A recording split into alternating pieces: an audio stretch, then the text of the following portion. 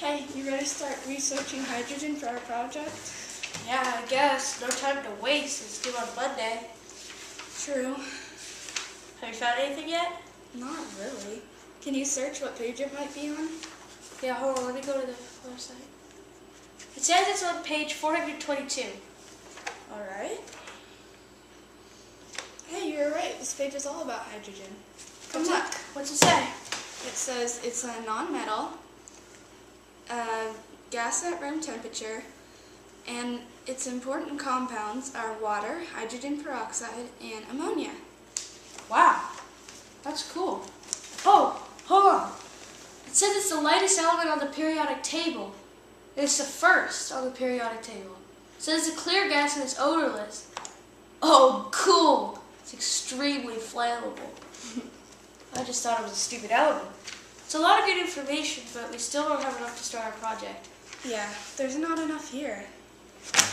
What are we going to do? Let me see. Hold on, let me type in.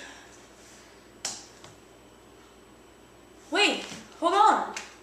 The hydrogen hotline. What's that? It says call 24 hours a day for any of your hydrogen needs. 1-800-123-HYDROGEN. Cool, let's go.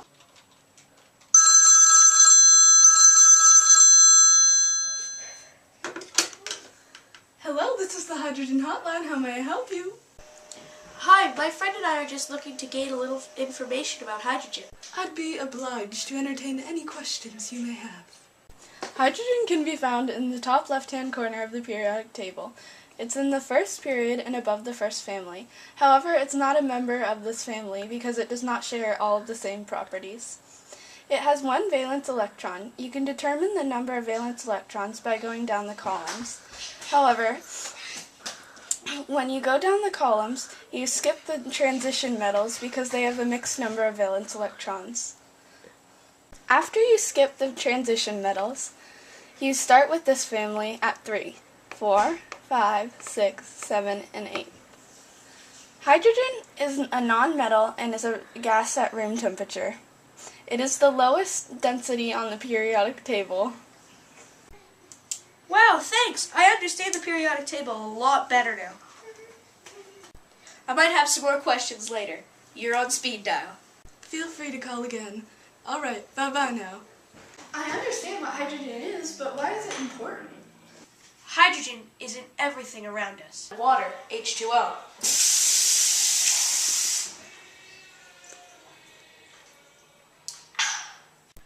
Ammonia, or NH3, is found in cleaning supplies. Hydrogen was also used in blimps before the Hindenburg. Oh my, get out of the way, please. It's bursting into flames and it's falling on the moon. Hydrogen is the most abundant element in our universe, and stars are made up of 70% hydrogen. We still don't have enough information to start our project. What should we use? You know, we could use that thing on bonding that we just learned about. I don't really understand that. Hold on, I'll explain. Hydrogen forms 3 types of bonds: covalent bonds, ionic bonds, and polar bonds. A covalent bond is a bond in which electrons are shared. So when you take 2 atoms of hydrogen and you take 1 valence electron in each of these, you get the 2 right here that are shared to form the bond, hydrogen 2. Ionic bonds are a bond between 2 oppositely charged ions.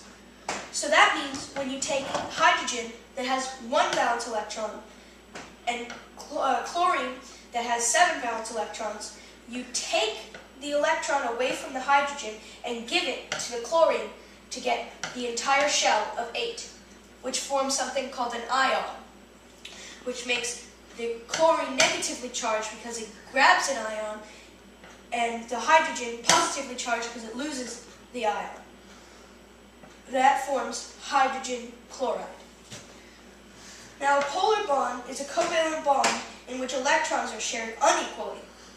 In the case of H2O, or water, 2 hydrogen molecules come together with the oxygen. Now, as we said before, hydrogen has 1 valence electron, but oxygen has 6. So to get the full shell of 8, hydrogen, both the hydrogens and the oxygen combined. which gives this hydrogen, and this hydrogen is full shell of 2, and oxygen is full shell of 8. And that's how hydrogen forms bonds. Well, we finally have enough information to start our project. Yeah, hydrogen's really cool. I mean, it should have been like an award or something. Yeah.